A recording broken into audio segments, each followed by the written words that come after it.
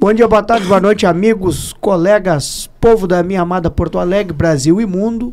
Eu sou Jefferson Oliveira e está começando mais uma vez aquele programa semanal que todos vocês conhecem, o Sala de Prescrição. Aquele programa que fala de tudo, inclusive futebol. Depois vamos passar, né, a palavra para os outros convidados da mesa, mas vamos começar com o nosso convidado especial, o supervisor técnico do Grêmio, Cristóvão Salazar. E aí, Cristóvão, grande prazer te receber aqui para tu poder espargir luzes nessa mesa. Prazer é meu de estar aqui com vocês. Eu acompanho vocês às vezes quando vocês falam de futebol. O Didio, meu colega, esteve aqui há pouco tempo atrás e é um prazer para mim estar aí. Doutor João Marcos Riso. E aí, eu vou começar pelo senhor, porque a doutora Alessandra já disse que vai vir com a paulada. Então, ela fica... Não, ela está numa felicidade impressionante. Geralmente é damas primeiro, mas dessa vez eu vou deixar ela... Até acho que eu não olhei bem a tabela aí, mas o Grêmio deve ter dado uma boa subida, deve estar disputando título, pela alegria dos gremistas, né? Eu acho que as duas próximas rodadas definem o campeonato pro Grêmio, né? Libertadores, talvez, né? Não, mas falando sério, assim, como é que é? A história já estava contada, né? O Inter estava pedindo e quando tu pega um jogo como esse contra o Vasco, eu não sei se vocês tiveram a infelicidade de assistir, é uma catástrofe total, né? Uma catástrofe administrativa, uma catástrofe do nosso antigo treinador, ou dos dois antigos treinadores, os Dias, né, que queimaram o jogador do grupo com poucos minutos de jogo, né, tiraram ele intempestivamente lá, mesmo que tu quisesse recompor de alguma forma taticamente o time, arrumaram um Cristo, né, um bode expiatório, que foi o Aguirre, e isso deixou o grupo... Aí começou, aí é parecido com a história do... Foi 5-1 também contra o Grêmio lá contra o Mirassol, né? Foi? 4-1. 4-1. É, mais ou menos a mesma história, assim, né? Vamos derrubar o técnico mesmo, azar do clube. Nós não vamos mais trabalhar com esse cara. E aí, né, foi a derrota mais emblemática do ano, sem dúvida nenhuma, né? Porque colocou o Inter pelo saldo de gols, colocou ele na zona de rebaixamento. E o Inter, que estava sendo favorecido pelos adversários, pela ruindade dos adversários, mudou um pouco os ventos por aqueles lados, e agora o Inter quase que não depende mais dele. Claro que se ganhar as duas partidas que vem agora, né, com o fator anímico e algumas outras cocitas, pode reverter isso pelas próprias mãos, mas eu não acredito nisso, né? Que só o fator anímico vai mudar, principalmente contra um time que nem o São Paulo, que vem de uma derrota acachapante, pior que a do Inter, né? Tomar 6 do Fluminense não foi brincadeira, né? Então a torcida vai estar cobrando muito, muito, e também se o São Paulo perder para o Inter, o Grêmio pega o lugar dele, né? Na pré-Libertadores ali, né, chegando bem perto ali, que eu acho que ainda vai ter por causa da Copa do Brasil, né, que é difícil que o Cruzeiro não pegue uma vaguinha ali, né, eu acho que dos times que estão disputando a semifinal, não sei se vocês concordam, mas eu acho que o Cruzeiro é o mais... tem mais pedigree ali para pegar isso, né. Então, fortes emoções virão ali, né. Deu essa mexida aí ninguém esperava que os Dias continuassem, mas o que se esperava talvez fosse que viesse o Odair Helman, né? Ele não quis. Mas o Odair... Ele está amarrado os contratos do Atlético Paranaense não são moleza, né? E aí, para ele sair agora, mesmo que tenha acabado a Série B, ele ainda cumpre o contrato e eles querem ele o ano que vem, né, dentro da programação, né? Mas aí veio o plano B, né? Um plano bem em cima da hora aí, que eu não acho ruim. Mas eu, se fosse o Odair, não vinha também. Né? Não sei. Imagina o seguinte, o Odair é o técnico que tomou 5-0 no Grenal, lembra? E já pensou se vem e pra carreira dele, pelo que tu tá dizendo, uma possibilidade de repente... mas eu acho que nenhum treinador pode ser culpado agora. Não, o jogo contra o São Paulo... mas o cara fica marcado. Não, Jefferson. Eu acho assim, ó, quem tá marcado aí é essa diretoria, sem dúvida nenhuma, né? Aconteça o que acontecer. Por exemplo, eu vou no jogo contra o Bragantino. Mesmo que o Internacional ganhe do São Paulo, eu vou lá e vou torcer. Mesmo que perca, tu vai? Mesmo que perca, eu vou. Aí... E não tenha dúvida que eu vou vaiar os jogadores no fim do jogo. Eu vou xingar eles. Não tenha dúvida, cara. E a direção. Entende? Porque eles não merecem palmas para se salvarem o Inter. Né? Eu sei que eles estão ganhando dinheiro para isso, mais do que eles já ganham. Né? Com um bando de mercenário. Mas o que tu vai fazer? É o clube que está em jogo. Hoje é diferente cair para a segunda divisão. Inter e Grêmio, na situação que eles estão, caírem para a segunda divisão é uma paulada financeira imensa, cara. Eu não sei se tem recuperação a médio prazo. Né? Tem que fazer algumas coisas como fez o Atlético Paranaense e o Curitiba para tentar subir. Né? Então é muito difícil. Tem muita coisa errada e diferente do Grêmio, né? Que tem um acerto de caminho possível para o ano que vem, nós temos as mesmas pessoas lá. As mesmas. Para o ano que vem. Então, é aquela velha história. Todo torcedor do Inter hoje está pensando assim, se não cai esse ano, cai o ano que vem. Porque que força tu vai ter que enfraquecer o time. Não tem dinheiro. Ou tu põe, como o Abel quer ficar junto com o D'Alessandro, ele não quer ficar de técnico. Né? E talvez sim, aí viria um Odair Helman no ano que vem, ou algum outro indicado pelo D'Alessandro e mais pelo Abel, para tentar salvar a situação o ano que vem, né? Com pouca coisa, né? A nossa base também não é lá o bicho, né, cara? Não tem lá grandes coisas. Vai precisar vender muito aí, Vitão e Companhia Limitada, não tem como ficar, né? E o Grêmio está num caminho que eu acho que é um caminho propício para uma virada. Né? O ano que vem eu acho que tem muita coisa, né? Acho que é isso. Doutora Alessandra, antes de passar para o nosso especialista, aquele que vive isso. E vai dar o... Como eu disse, espargir as luzes. Saudações a todos, um prazer de receber. E ficamos sabendo que é irmão ainda de um colega meu, ginecologista, doutor Cristiano Salazar, muito querido, muito respeitado pelos colegas. Não, e homenageado todos os anos. Mas o Cristiano é sensacional. Ele é uma pessoa... Mas o Grêmio está disputando-se o título de ficar na frente do Inter. Infelizmente, nossos times estão nesse nível. A gente tem que acabar Estamos nesse nível. Mas...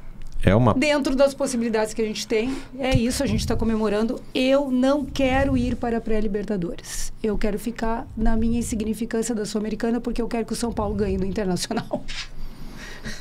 Eu já estava brigando lá com o nosso vice-presidente, que ele estava lá torcendo, fazendo as contas para o Grêmio para se classificar, e eu não quero. Eu quero. Mas tu já viu que tem umas armadilhas, né, para os clubes, porque hoje tu tem que estar jogando 50 campeonatos ao mesmo tempo. Uma das armadilhas é essa, né, cara? Mas se eu tu escapar da sinceramente... Sul-Americana, se tu entrar na pré-Libertadores, já vai ter que jogar agora Sim. no Natal, né, mais ou menos. Não, eu acho tu assim, entra na tudo bem, Sul-Americana... o gremista tem que querer jogar Libertadores, mas, cara, nós estamos saindo de um ano terrível. Vamos botar um passinho atrás, vamos organizar o time, vamos nos classificar para a Libertadores no ano que vem. Se tu sai tu não pega a Libertadores, daí tu tem aquela porcaria da Sul-Americana, cara, né, que é um campeonatinho cá pra nós, né, cara? E se tu não pegar a Sul-Americana, tu pega a Sul-Sudeste. pra jogar. Não, Deus do livre. Não, tu não tem escapatória. Alguma porcaria tu vai jogar além do gauchão. Mas eu acho assim, ó, que a diferença que aconteceu com a gente é que o treinador ruim foi derrubado antes e a gente teve tempo de pegar um treinador menos ruim, porque eu acho o Mano Menezes... mas ele não vai ficar o ano que vem, né? Assim não se espera. Sei. Eu ia fazer essa pergunta, mas é que porque... tem aí, já tem um zum de que o Grêmio tá acertando com o que o Odorico quer, que agora não me lembro o nome, português. O português lá. Porque, olha, se tu pega pela biografia, o Odorico, ele, enquanto vice de futebol, ele trabalhou com o Renato. Não. E o Pelaipe... Com o Mano direto. Trabalhou com o Mano. Então eu pensei, Mano. botou o Pelaipe e vai deixar o Mano. Mas é que assim, os últimos assim, o jogo do Palmeiras, eu acho que o primeiro tempo contra o Palmeiras foi muito decisivo na questão do Mano ficar ou não. O primeiro tempo do Grêmio contra o Palmeiras foi um horror. E a escolha dele pelo Edenilson, com a torcida pegando no pé, e depois ele fazendo gestos para um torcedor, diz ele, mas ficou muito ruim. E aí depois, no segundo tempo, quando ele corrigiu e entrou um jogador diferente, já mudou completamente o time, mostra que ele... tu sabe, tu acompanha, tu também, né? O Mano Menezes lá da Batalha dos Aflitos, não aquela campanha... Não, é igual. Ele também deixava jogador bom no banco. Ele tem essas convicções dele e ele não consegue ceder. E parece que ele quer brigar. E agora já começou a brigar com a imprensa. Então já entra num clima ruim. Eu acho que não vai ficar. E eu acho que se tu fizer uma enquete com a torcida do Grêmio, a torcida não quer que ele fique. Quinteiros. Acho que tinha que trazer o Quinteiro. Mas a gente tem uma base boa para Mas é o seguinte... Diferente de vocês, a gente tem uma base boa para o ano que vem. Eu não tenho... A estrutura do time está montada para o ano que vem para agregar. Né? Eu não tenho esses números e até se o Cristiano quiser e puder fazer essa análise, mais do que querer poder, porque afinal de contas... Cristóvão. Ele está... Cristiano é o irmão. Cristóvão. Se estiver nos ouvindo, Cristiano... Não, os dois... se estiverem nos ouvindo... Não sei se pode, porque afinal de contas representa o clube, mas eu acho que em termos de percentuais, a campanha do Quinteiros não é muito diferente da do Mano. Eu acho que não. Eu acho que a do Mano é levemente melhor, mas não é muito diferente, não. Cristóvão, esparge luzes na mesa aí com a tua experiência. Tu que vive isso e disso. Eu também não lembro do percentual do Quinteiros, mas acho que o Mano vem fazendo um trabalho razoavelmente bom. Não é fácil. Ele pegou o time quebrado e teve muito boas contratações agora também. O William joga muito. Esse cara, mas ele teve muita lesão, né, cara? Que azar que teve também. Não é fácil. O cara jogar quarta e domingo, eles não treinam. Eles comem, descansam. Não é fácil mesmo. Não é humano, é qualquer treinador de clube profissional. Mas o Grêmio no segundo semestre, na minha opinião, teve umas contratações ali essenciais. O Carlos Vinícius joga muito a bola. O Carlos Vinícius é um cara que foi subestimado. Arthur joga muito a bola. Ele tem 30 anos, cara, e é um cara que teve o azar de onde ele jogar, ele ter um centroavante titular espetacular jogando. Agora ele tem a cara, a gente diz, né? Acho que ele tem a cara de centroavante do Grêmio. Como a gente gosta de ter, aquele centroavante grandão ali, de área mesmo. Assim. Eu acho um baita jogador. Ele é o centroavante que qualquer time acho que quer ter. E o cara é matador, né? E aí vem a visão e a gestão, né, cara? De escolher as contratações. E aí Arthur, o Balbuena se machucou, Noriega, que estava bem, se machucou. O Grêmio teve azar. Esse zagueiro ali... E agora agora tá tu já passou situação semelhante dessas de como tá acontecendo no Inter de crise e de ter que ter troca de peças, assim, ou isso na tua área de atuação não acontece? Não, na minha área nem se compara com a área do profissional. A minha área é sub-6 até sub-13. Formação. É mais formação. Não se tem tantos jogos. Se treina mais do que joga. É totalmente diferente do profissional. O que eu ia perguntar era assim, adianta trazer um Abel Braga para 2 jogos? Ele consegue fazer uma coisa tão diferente assim? Não sei te dizer, não é fácil. Porque ele já vai pegar um trabalho muito consolidado, uma fratura consolidada, mesmo que, né, não no melhor ângulo, mas... Sabe o que me parece, Cristóvão? Que eu acho que esse exemplo pode servir. O que eles fizeram trazendo o Abel é o mesmo que se colocassem agora o D'Alessandro treinando. Não vai ter treino. É só uma anímico. coisa, é uma coisa vez quando o Inter caiu da outra vez, uma solução totalmente anímica. E trouxeram um QG, os caras que tinham história para ter aquele peso no vestiário. Igual, né? Mais ou menos a mesma coisa. Mas outra coisa é o seguinte, esses caras, porque eu vou fazer uma pergunta que daqui a pouco vai soar assim, quase como uma heresia, mas pensem bem que talvez não. Esse grupo conhece o Abel? Conhece. Acho difícil os boleiros não conhecerem Abel Braga, velho. Eu acho muito difícil. A história dele é maior até do que se tu tivesse convivido com ele. Eu entendo, mas, por que essa pergunta? Eu acho que eles não conheciam os dias. Bastante cara jovem, né? E hoje em dia, de fora, e hoje em dia o celular... Porque tu entende? Uma coisa é aquele cara que eu acompanhei... É um Cristóvão, por exemplo, que eu tô aqui no profissional, mas eu tô acompanhando o trabalho do cara lá, eu encontro o cara no refeitório, encontro o cara aqui, encontro o cara no estacionamento, me falam dele, Então, embora ele não seja técnico profissional, né, mas eu sei que ele é um cara bom e quando ele entrar aqui, provavelmente eu vou respeitar aquilo que eu vi durante, nem que seja esse ano, mas que eu fiquei sabendo. Outra coisa é eu trazer um técnico que ele é uma referência, eu sei que ele ganhou e tal. Tudo bem. Mas que ele vem assim... Mas tu viu o que foi a repercussão nas redes sociais dos boleiros? Não. Por exemplo, Twitter e várias coisas. Aquele que era lateral direito do Inter, que está lá na Grécia, eu acho agora que era do Flamengo, não me lembro agora o nome dele... que até teve aquela coisa de pagarem 1 milhão para colocarem ele contra o Flamengo. O Rodinei. Cara, colocou horrores de coisas assim a favor da chegada do Abel. O outro que colocou, que até gerou polêmica, é o Patrick, que foi do Abel, naquela quase campeonato do Inter, né, que ficou em vice. Que ele agora está, eu acho que ele está no Atlético Paranaense, mas é emprestado do Santos. E ele colocou toda a sorte do mundo, estamos torcendo muito e tal, e ele é jogador do Santos, torcendo para o Inter, né? Ou era jogador do Santos. Mas ele já não quer ficar, de repente, agora ele já era. Assim, tem uma série de jogadores se manifestando, e os boleiros conhecem esses jogadores, são de agora.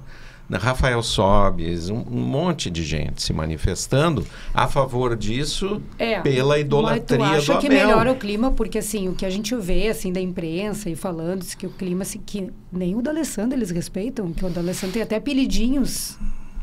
Pode pelas ser. Costas. O grupo está rachado e tal, mas esse é um cara muito experiente, né? Então... é aquela velha história. Mas eles têm que querer, né, Riso? Eles têm que querer. Tudo bem, mas ia fazer o quê? Eles têm que querer. Ia fazer não tinha o que fazer. Mas eles têm que querer. Tu não concorda? E o que eu queria Se os caras não quiserem dentro de campo... O que eu queria perguntar para vocês, e obviamente que pro Cristóvão, que também é o experiente da mesa, como é que um time começa o ano com um treinador que tinha feito um bom trabalho de recuperação, traz peças, aí ganha o Campeonato Gaúcho, barra o rival que ia se tornar octa, tem toda aquela coisa, começa o Campeonato Brasileiro do jeito que começou, e inclusive com o Sport TV colocando como candidato ao título e o futebol extraordinário. E isso já tem sido meio regra aí há alguns anos. O Inter depois vai desmoronando e o Grêmio que está lá no fundo do poço vai se enquadrando. E há quantos anos que o Grêmio, no fim, termina na frente do Inter, tendo o Inter começado um melhor trabalho. E como é que se desmorona? E outra coisa que eu não consegui entender, porque aí sai o Roger, a gente já debateu isso até aqui, que em vários clubes acontece isso com o Roger, que acontece alguma coisa lá dentro que a gente não sabe, mas que os jogadores começam a não fazer mais ou não entender, e ele começa a entrar num feedback negativo e sai. Mas quando entrou o Ramon Dias, os primeiros jogos, sobretudo, ele me pareceu dar uma consistência defensiva, mudou o esquema ali. O Roger jogava muito pelo meio, veio o Flamengo aqui, jogou pelos lados do campo e passou pelo Inter nos 2 jogos em sequência. E aí veio o Ramon Dias, dá um sistema, dá uma consistência, o Inter não perde, começa a ganhar e daqui a pouco afunda o trabalho de novo. Como é que vocês me explicam um troço desse? Eu acho que tem uma coisa muito pontual ali, minha opinião pessoal. Lembram quando em outros programas eu falei que valia a pena ir ver o Inter ao vivo no Beira-Rio para ver a movimentação do Fernando como um técnico dentro do campo. O respeito que aqueles jogadores tinham pelo Fernando dentro de campo, cara. Ele virava para trás, ele coordenava os 2 laterais, né? Coordenava a defesa, agia como um capitão dentro do campo, mesmo sendo o Alan Patrick, né? E eu vi, pode ter sido uma coincidência, mas para mim me parece muito claro, a saída dele foi o rendimento, tanto com o Roger quanto com o Dias, foi ladeira abaixo. Eu acho que ele era talvez o ponto de união daquele grupo lá, ou de manter eles um pouco mais disciplinados dentro de campo, talvez, unindo o grupo, que tem vários grupos, né, dentro do time do Internacional, mesmo dentre os estrangeiros, assim, eles não se falam muito. Então, isso tudo é preocupante, né, quando tu perdeu uma peça essencial, né, e também pelo que a gente vê aqui de fora, por uma má gestão também, né? Ele pediu para fazer a recuperação num lugar, aí não, então rescinde contrato que eu vou para lá de qualquer jeito, né? E aí como é que fica o grupo ele era o ídolo dentro do grupo, respeitabilíssimo. Os caras já olham a gestão daquele jeito, talvez por isso tenha apelido pro D'Alessandro, perde o respeito, né? A minha visão, assim, né? Sei o que tu acha, Cristóvão, mesmo acompanhando de longe. Eu não sei as coisas que acontecem no Inter, tá? Eu não acompanho muito o Inter, só torço contra. Mas o Fernando jogava muito. Eu nem sabia que tinham rescindido o contrato dele, não. Foi ele eu ouvi falar que ele queria fazer o tratamento em Goiânia, porque a família é de lá. E ele conhece lá um pessoal bom que trabalha. Aí saiu na imprensa que ele teria se aposentado, né? E É, aí ele depois disse- apareceu que ele disse que ele não queria se Isso. aposentar e que o Inter que quis rescindir o contrato Mas com ele. vocês Ficou meio acham, estranha a mas história. vocês acham que um time de titular 11, mas que o grupo tem 24, 25, 26, 30 jogadores, uma peça, Eu acho. primeiro, mas isso aí será que não é uma... Fragilidade do grupo? Não, é um pensamento mágico nosso, que daqui a pouco tinham outras coisas que parecia que ele Não. era o fundamental. Existem E- outras coisas. E outras, vocês não acham meio, assim, inadmissível esse tipo de coisa? Se tem um jogador que é o que faz a diferença, não ter uma reposição, um plano B, Claro. ou ficar dependente de um jogador? Por isso Mas, se fala em mas gestão. todo mundo tenta ter uma reposição, mas nem sempre se consegue. É que o Inter bateu todos os recordes, É né? que ele era uma trouxe- liderança técnica, né? Não, Ele, assim, de total. qualidade ali Não, no meio, e- é um pilar do meio campo que se E perdeu. um cara né? que é líder, e o respeito, aquilo que tu falaste agora, Jefferson, do Abel, né, que é um cara da antiga, esse cara saiu agora do futebol europeu. E foi... ele não saiu assim porque ele não rendia no futebol europeu. Os caras não queriam que ele saísse, né? Ele quis vir para o Brasil. Então, é um cara que tinha o respeito total ali. Talvez o que não tenha com o resto todo do... Por exemplo, eu não vejo o Alan Patrick como líder. Não consigo ver. Sempre em posição e coisa. E aí a reposição do Fernando foi o Richard. Mas é isso, mas é a mesma coisa que a gente estava falando. Olha o que é o Arthur no meio-campo do Grêmio. É então, diferente. assim, E quando entra isso, o né? William, A qualidade pelo do amor cara de Deus, quando entra o muda William, completamente o time. Os outros não, que jogam muda mal, muito. começam a jogar tenta- melhor. jogam melhor. Jogam. Se tenta ter reposição, mas nem sempre se consegue. Pois É, é. Às isso vezes, é o às que a vezes gente se viu contrata errado, isso acontece. No jogo contra o Palmeiras, a gente ali assistindo o jogo, o primeiro tempo era um desespero. Assim, a bola vinha pro Grêmio, o time nervoso. Quando o William chegou, foi outra aura. É verdade. Foi Não, outra e no aura. centroavante? Entrou uma aura de tranquilidade no campo. Sim. Impressionante. Mas como o jogador, ele nem tinha tocado na bola ainda, o clima Claro, dentro do muda o campo já clima, era outro. cara. Mas é que Muda eu o pergunto clima. pra vocês viram um filme chamado Moneyball, O Homem do Jogo? É um filme, agora já tá antigo, tem mais de 10 anos o filme, talvez até esteja beirando 20. Eu acho que tem mais que Mas essa. é um filme que é sobre beisebol. Uma história real. Claudinha falou qualquer coisa aqui, balbuciou no ponto eletrônico, eu não consegui entender. Mas, enfim... não vou falar no ator principal, Claudinha. Claudinha disse que o Brad Pitt. Mas, enfim, é o Brad Pitt.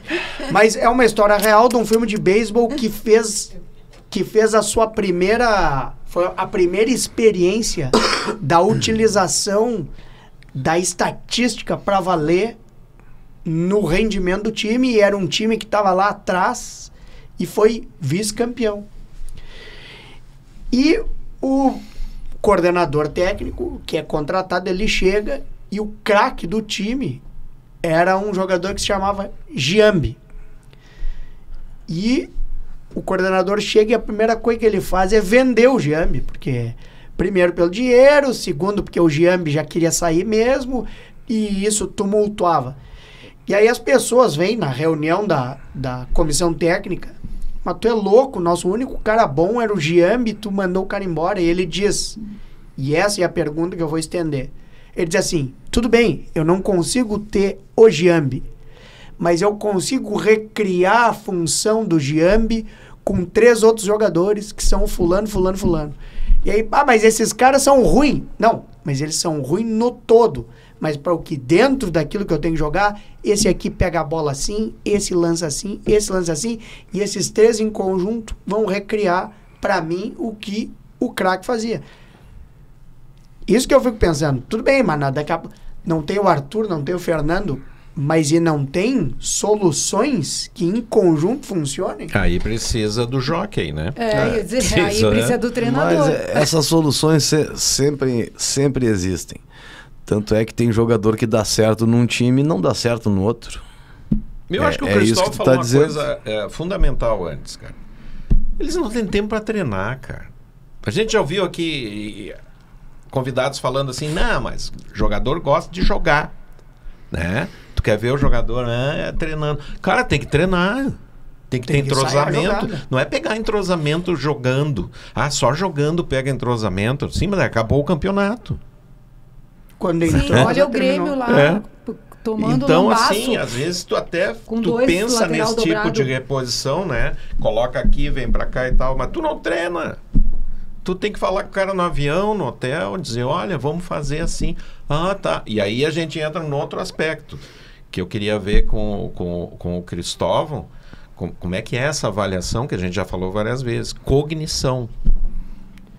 É justamente o que eu ia perguntar para ele, que é o responsável por começar a tratar disso que nós estamos falando lá com 6 anos. Como é que é a captação do jogador e como é que é esse processo de formação? Tu consegue pegar uma criança lá de 6, 7, 8 anos e enxergar isso assim, não, esse aqui amadurece essa característica aqui, esse entendimento e vai virar esse jogador X, ou já tem que ser diferente desde o início? A captação, primeiro, tu já pega o guri que é um pouco, ou que é bem acima dos colegas dele ali. Diferenciado aí. É um pouco diferenciado da... Onde é que tu capta? Tu capta em pequenas escolas de futebol, pequenos campeonatos. Se o cara é um pouco melhor do que os outros, tu pega ele e traz. E devido ao... Hoje o segredo é muito grande. Chega cedo no clube. Chega cedo, que devido ao trabalho que vai ser submetido durante anos, maior a chance dele se tornar jogador. Devido a tudo que ele vai ser submetido. E mesmo assim não é fácil. Mas essa é a tendência hoje. Todos os clubes estão captando muito cedo, porque com 14, 15 anos fica mais difícil. Aí tu pega quem está sobrando no mercado. Tu não pega um top. Até pega, tem alguma exceção, mas tu não pega o fera com 14, 15 anos. Se ele é fera, ele já está em algum clube grande. Isso é difícil, né? E essa parte que a gente estava começando a comentar, assim, da cognição, porque às vezes o jogador... Não, o futebol é um esporte de tomada de decisão rápida e certa. Exato. Entendimento. Ser inteligente talvez seja a principal coisa. Agora tu imagina o cara do vôlei que toma decisão no ar. Mais ainda. Mais ainda.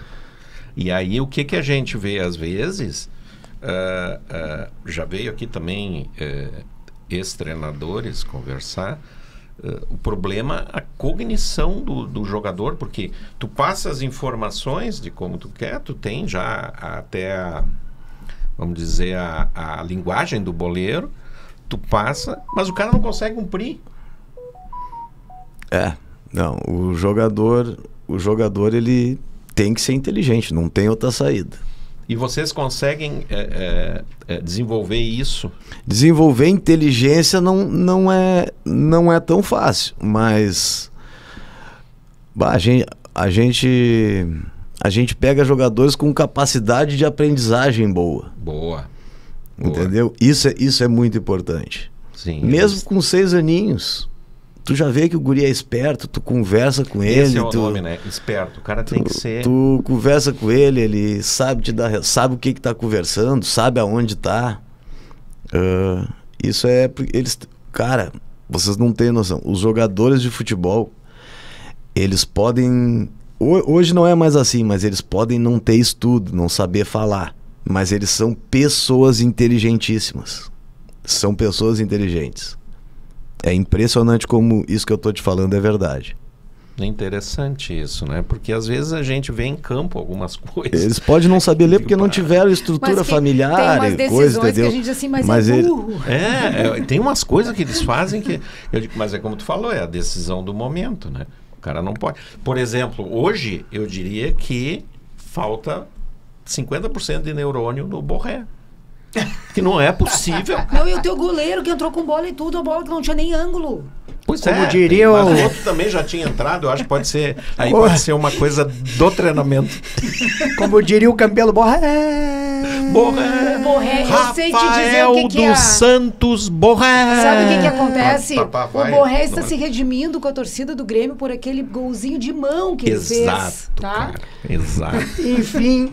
Ele vai ter uma estátua do lado do Renato. O torcedor do Grêmio vai perdoar ele por aquele golzinho de mão. Meu Deus do céu. Enfim, Cristóvão, e em relação a quais são os critérios, se tu pode dizer assim, e claro, falando para leigos, que se utiliza na hora de captação? Porque eu imagino que não se veja só a habilidade motora em relação à bola. Vê assim... posicionamento e tal. Então, quais são os critérios para quem tem um filho, ou hoje uma filha, que quer jogar futebol e quais são aqueles critérios que se utiliza para quem está em casa ver o filho jogar e dizer assim, esse aqui pode ser ou Esse aqui não pode ser. Qualidade técnica. E qualidade técnica para aquela posição. Eu não preciso exigir que um zagueiro seja driblador. Eu preciso exigir que ele rebata bem, que ele se posicione bem, que ele atalhe bem. E isso é técnica também. Eu não vou querer que ele faça gol de bicicleta. Para o zagueiro é mais importante ele rebater com 2 pernas, cabecear, ter tempo de bola. E essas coisas também são treináveis. Aí eles vão melhorando se ele já tiver essa característica. A gente teve, né, aquela... Desculpe te interromper, Jefferson. O que falou para nós o Cláudio Duarte, né, que veio aqui, Claudião, e ele disse que ele era centro-médio, né? Centro-médio. Daí ele estava no Inter, cara. E quem era o centro-médio no Inter quando ele estava? Paulo César Carpegiani. E o Falcão? Não, o Falcão veio um pouquinho depois, né? Mas no que estava com ele era o Carpegiani. Aí um dia ele era banco do Carpegiani. Aí ele disse, mas eu nunca vou jogar. Esse cara é um demônio, né? Aí ele disse, eu vou... Aí o Coisa disse, mas esse nosso... num jogo treino, não sei o que foi, mas esse nosso lateral direito tá muito ruim, cara. Eu não consigo fazer ele fazer as coisas que precisa. E aí o Cláudio, eu posso jogar na direita, eu posso ser... Ué, vamos tentar, né? Aí entrou e... Só que disseram pra ele daí, né? Porque ele passou 2 gols, né? Ele cruzou naquele jogo. O cara disse, mas tu não pode subir do jeito que tá subindo, que na época não subia. Né? Então, o que é a adaptação também e a inteligência do jogador, né? De poder conversar com a comissão, né? Claro que aí já era mais perto do profissional. O que aconteceu nesse lance que tu tá falando é que ele entendeu a condição dele perante o grupo. Foi isso. Sim, eu sei o meu lugar. Né? E aí se adaptou numa nova função, onde ele via que ele podia fazer, né? E talvez pudesse se desenvolver melhor. E foi o que aconteceu. Acabou na seleção brasileira, né? Como lateral direito. Bom, o pessoal que está lá na categoria de base, 100% está focado em ser um jogador de futebol no futuro, ou ainda tem aquele que, não, estou na categoria de base, mas eventualmente não vou ser atleta? Quem tá ali, eles têm certeza que eles já são jogador. Isso é um problema. É uma aposta de vida, sim. Não, eles já têm certeza que já são jogador. Isso é um problema, não deveria ser assim, né? E tu chega a conversar, a família tem a mesma expectativa, ou é a família que deposita isso? Muitas vezes é. Eles muitas vezes daquilo, né? Daquilo dar certo. Ou gostam muito de futebol, até nem dependem financeiramente daquilo, do menino dar certo, mas gostam muito de futebol. Tem as duas coisas. Às vezes é isso, eu sou muito gremista, tenho um sonho de ver o filho jogando no Grêmio, né? Pode ser. Né? Mas tem pai consciente que faz os meninos fazer inglês. A gente está dando curso de inglês para os nossos meninos também. É tudo coisa importante. Melhorar a cultura deles só nos ajuda. Mais cedo ou mais tarde vai nos ajudar. Como é que vocês fazem? Assim, há uma cobrança para que eles... Poderia ter mais. Poderia ter mais. Sim. Poderia ter mais. Mas tem um pouco. Mas os nossos meninos todos estudam, óbvio. Quando tem viagem, a gente dá o atestado que eles vão estar viajando para eles apresentar nas escolas. Mas no CT de Eldorado, que é a partir da Sub-14, aí a escola é bem exigida. É que lá tem uma estrutura maior do que a nossa no Cristal. Lá em Eldorado é bem exigido, lá tem assistente social, lá tem psicólogo, lá aí tem tudo. Em cima mesmo. Aí lá eles ficam bem em cima disso. Como os pais lidam com eles passam só 1h30 com nós por dia. E aí acho que os pais deveriam fazer mais esse serviço do que nós, né? Pelo menos eles têm mais tempo para fazer esse serviço de estar cobrando a escola dos meninos. E uma coisa que, Jefferson, que eu penso assim, uma curiosidade médica, né? Até os 14, aí dos 6 aos 14 que vocês supervisionam e preparam essas crianças, tem muita lesão? Na Sub-13 tem mais. Mas não tem tanta... Não se compara com o futebol profissional, não. Sim. As crianças se machucam bem menos. Eu te pergunto por isso porque nos Estados Unidos, a partir dos 15, 16 anos, lá quando entram na escola mesmo, e eles começam a competir por bolsas, né? Não importando o esporte, seja qual for, né? E se notou muito porque as meninas lá desenvolveram no soccer antes dos meninos, né? Então elas tinham muito mais bolsas para o futebol feminino nos Estados Unidos. E foi uma avalanche de lesões, porque a competição era muito forte, né? Então vamos jogar lesionado, vamos forçando, vamos indo. Tanto que tem publicações em revistas médicas de lesões crônicas do esporte, com dor crônica e tal, que a gente não vê aqui no Brasil. Da criança ter que ser submetida a cirurgia já de joelho, ombro, esse ano 3 meninos nossos fizeram cirurgia de joelho. Com que idade? 13. É precoce, cara. E quantas vezes por semana é o treinamento? 4 vezes, de terça a sexta. E eles só treinam com bola ou faz algum treino físico? O treino físico hoje é com bola, é em espaço reduzido. Já é junto a coisa. É junto. Os meninos o ideal é que tenha bastante intensidade, que os meninos saiam cansados dali e que vá para casa, descanse, estude e volta no outro dia e treina de novo. E tem a base feminina também? Tem. Começa com que idade? Com 10 anos temos lá na escola já, no Cristal. Tem as meninas também, né? E a pressão, Cristóvão? Pressão do resultado, tanto do próprio atleta quanto da família. Vocês têm uma preocupação com isso? Assim, tem um apoio psicológico para já ir moldando esse... Não é essencial o resultado nessas idades, mas eu acho que o Grêmio tem que formar um atleta vencedor, não aquele cara que não tá nem aí se perdeu, não tá nem aí que ganhou. Eu quero aquele jogador que quando perde chora, quando erra um pênalti chora, e aí tu chega para ele e diz: tu só errou porque tu bateu. Isso não tem problema, e no próximo tu vai bater de novo. Dá esse tipo de apoio para quem errou, mas ele tem que se ele tem, na minha opinião, né? Sim. Eu gostaria que ele ficasse indignado porque perdeu.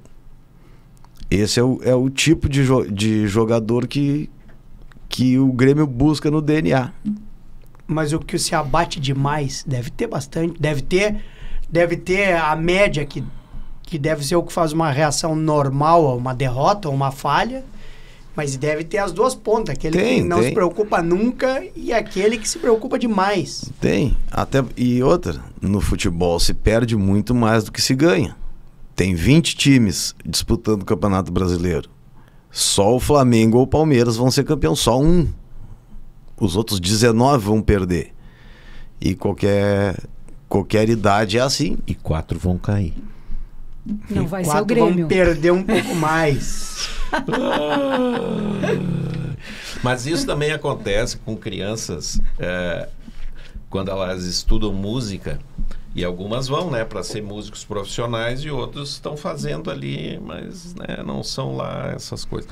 E a gente vê, muitos professores de música falam que tem uns que têm uma performance no estudo, porque são mais estudos individuais, excelente. Aí quando chega perto do fim do ano, que tem as apresentações, né, vamos nos apresentar. né? Aí bate o pavor. Né? Que ele na disputa mesmo, né? No mostrar em cima do palco, ele não quer aquilo. Né? Então talvez... Não, existe isso, né? Mas isso é totalmente trabalhável. Aí trabalhar a cabeça do... Não, e dar mais oportunidade para ele errar. Fazer ele viver aquilo de novo. Até que se torne uma coisa normal. Vai ser uma coisa normal e vai tirar de letra. Isso aí acontece com todas as idades ali nas nossas equipes. Isso sempre tem. Em compensação, tem outro que tem personalidade pra caramba. Sim, quer toda hora. Tá? Quer bater o pênalti, quer bater falta. E tem outro que diz, não tô confiante. Acontece direto isso. Criançada. Não deve ser fácil trabalhar, cara, com eles, cara. E qual é o percentual que vai ali do Cristal para Eldorado? Mais ou menos, tu tem isso? 20 e poucos jogadores por ano. Eles sobem da 13 para 14. E aí sobem para Eldorado toda a sub-13, dá entre 22 e 28 jogadores. É bastante. Quantos vocês têm hoje de 6, mais ou menos, assim, dos 6 aos 13? Quantos jogadores? Quantas crianças lá vocês têm? Deve ser uns 280. Sobe 10% de que vai para o Eldorado, já pensou? Não, talvez subam os 280. Porque tu tá pegando os 6 de todos os anos. Ia por ano. Ia por ano. O sub-12, o ano que vem, sobe para Eldorado. O sub-11 de hoje, no outro ano, sobe para Eldorado. E aonde tem o maior funil, assim? Não é no sub-20, é antes, né? Acho que na 15, na 16 na 15, ali. 16 começa o funil mesmo, o profissional, assim, de como é que é? De captação mesmo, né? Aí entra empresário de tudo. Quando é que eles começam, os empresários desde os 8, 9, os caras já têm empresário. Tem criança de 8 anos que já tem contrato até. Contratinho pequeno, mas tem, né? E quem está nos assistindo agora e tem um filho ou uma filha, como eu disse, que gostaria de participar e aquele pai que meu filho no colégio, ele joga muita bola e tal. Tem peneira na base também? Tem. Ou não, obrigatoriamente matricula na escolinha, que ele vai ser visto? Não. A gente faz 2 semanas por mês de avaliações. Inclusive, essa é a última semana do ano. O menino chega na segunda-feira, entrega a documentação, faz o cadastro e treina de terça a sexta. E vocês vão observando, vendo as valências todas. Quantos que aparecem, assim, por cada semana dessa? Uns 150. Entre todas as categorias, uns 150. E vocês, em média, captam quanto desses 150? Ou não tem uma... Porque não é o 150, né? De 2 a 5 no máximo. É pouco. Uma seleção. E os nossos times são bons. Inclusive, esse ano, a gente conseguiu uma coisa que a gente nunca tinha conseguido. A gente foi campeão gaúcho em todas as nossas categorias. Todas as categorias. Sub-6 e 7 não teve esse ano. Mas a gente foi na 8, o Grenal da final foi 5-0. Na 9, o Grenal da final foi 2-0. Na 10, a 10, 11, 12 e 13 foi ontem. Na 10 a gente ganhou o Grenal ontem, a final de 2-1. Na 11 ganhamos de 3-0. Na 12 o Grenal foi semifinal. Ganhamos de 2-1 e ganhamos de 5-0 do Juventude a final. E na 13 ganhamos de 2-1. Ganhamos todas as categorias. Tá garantido. Pelo jeito. Tá vendo? A coisa não tá fácil, hein? O Inter tem um trabalho bom nessas categorias pequenas. Isso que a gente conseguiu fazer não é fácil. Tanto que nunca aconteceu.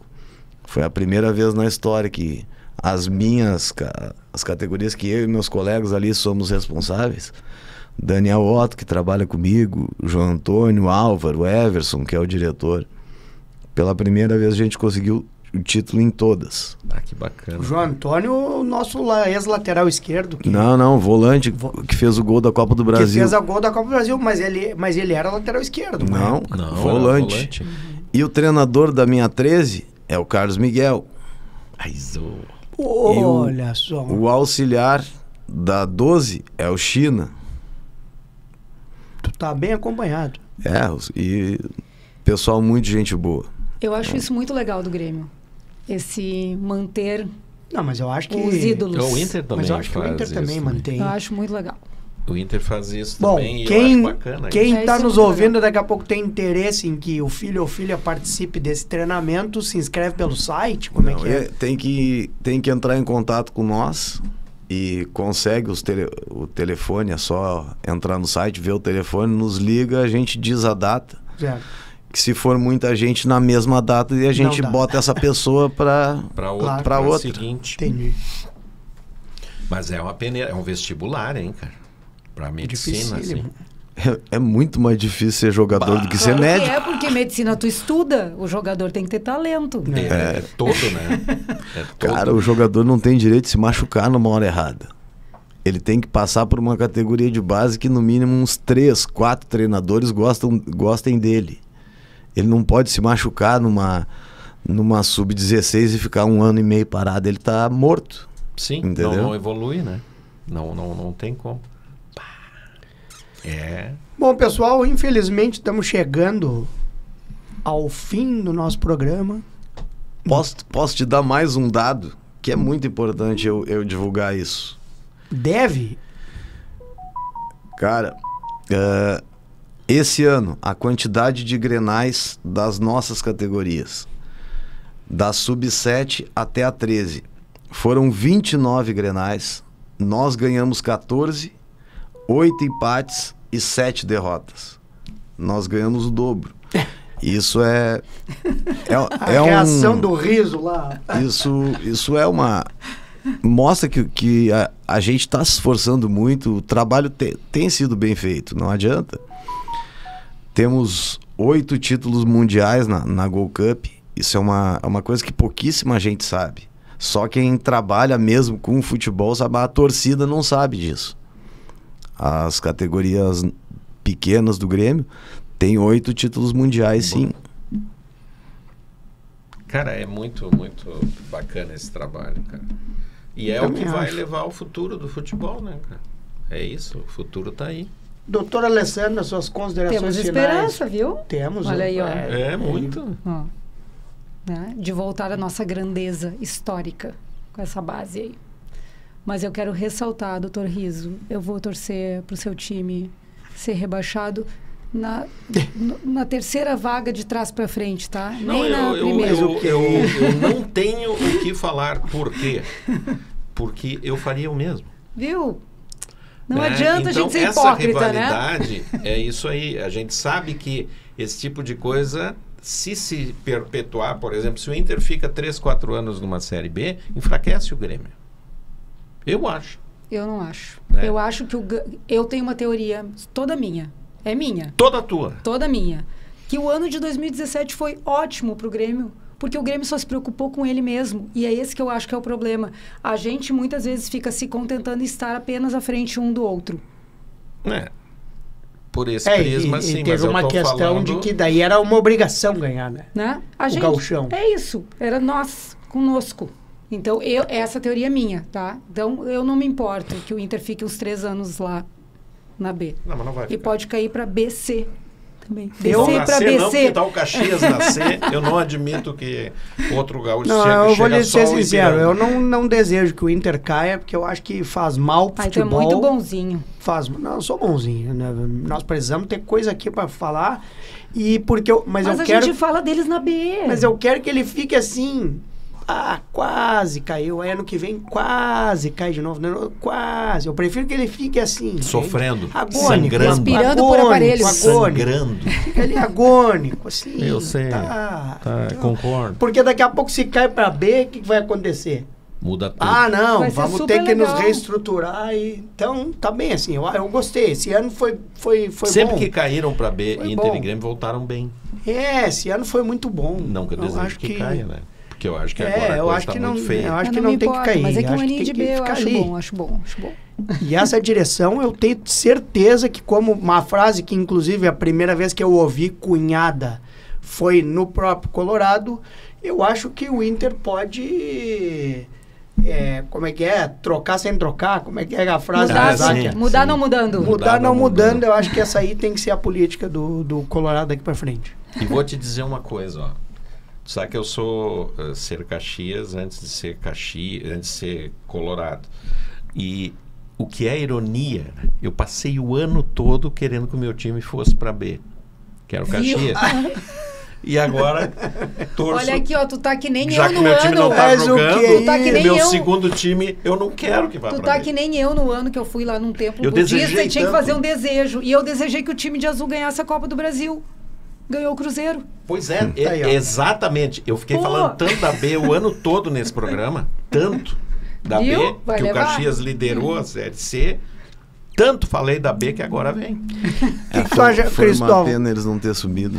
Pra Eu tu, também torci. Cristóvão, pra tu encerrar, o que tu acha? Olha só, tu mostra todo esse trabalho, todo esse esforço, aprendizado dos meninos, aprendizado tático, técnico, amadurecimento, e aí chega no final, eu fui no templo budista e pedi... Mas é que faz parte do torcedor pedir. Tu não faz? Nunca fez uma promessa na vida pro Grêmio conseguir alguma coisa? Eu não, porque assim, eu ó, o faço. que o trabalho tá feito, entendeu? Sorte não adianta ele é mais. devoto de São Muricy. Isso aqui é trabalho. É Entendeu? que nem quando me dizem assim, cirurgia de vez em quando, antes de cirurgia, boa sorte. Eu fico pensando, sorte agora não adianta Não, mais. mas é isso, eu concordo contigo. Agora Agora, é técnica, futebol é saber jogo, o que tá e jogo tem fazendo sorte e- envolvida junto. É saber Não o que tá fazendo dentro do que dá pra fazer. Aquela mas bolinha que vá bate na falte trave luz lá. na hora. É, bom. Às vezes tem Eu cirurgião não sei, cego mas que o São opera Paulo melhor. vai jogar na Vila Belmiro, né? E o Santos tá ali pra cair. E o Santos, os caras vão sabotar de alguma Eu forma acho. lá o jogo. Nosso convidado especial, Cristóvão Salazar, muitíssimo obrigado por estar presente e tu vai encerrar o programa. Eu que agradeço pelo convite. Foi muito legal estar aqui, falar de um assunto que eu gosto, poder também divulgar o que a gente conseguiu fazer esse ano, que não é uma coisa fácil, e as coisas boas que o Grêmio tem, que muita gente só está enxergando o momento ruim ou o momento bom do profissional, mas um clube é uma empresa, um clube de futebol, o Grêmio é uma empresa de uns 600 funcionários, que ali todo mundo é importante para a causa final, que é o profissional. E é importante que as pessoas saibam coisas boas que tem em outros setores também. Por exemplo, os meninos que jogaram a Copa do Mundo Sub-17, eles estão aí desde a Sub-9. O Serrote, que foi vendido agora, desde a Sub-9. O Thiaguinho jogou a Sub-17 desde a Sub-9. Eu e o Daniel Otto que trouxemos ele. É um craque, cara. Uma joia. O Mac, o Sheik, que trabalha com a gente, que trouxe. E assim é. E obrigado pela oportunidade de ter contado essas coisas para vocês e para a torcida do Grêmio aí. E a gente Obrigadão. é muito agradecido e te passa a nossa singela lembrancinha num oferecimento aqui do Sindicato Médio do Rio Grande do Sul, na figura do Dr. Marcelo Matias. Eu não canso de fazer essa ressalva, sem o qual não teríamos o canal do Simers e não teríamos esse programa. Muitíssimo obrigado mais uma vez. Obrigado a todos aí. E nós ficamos por aqui com mais um Sala de Prescrição. Beijo no coração, boa semana. Voltamos na semana que vem.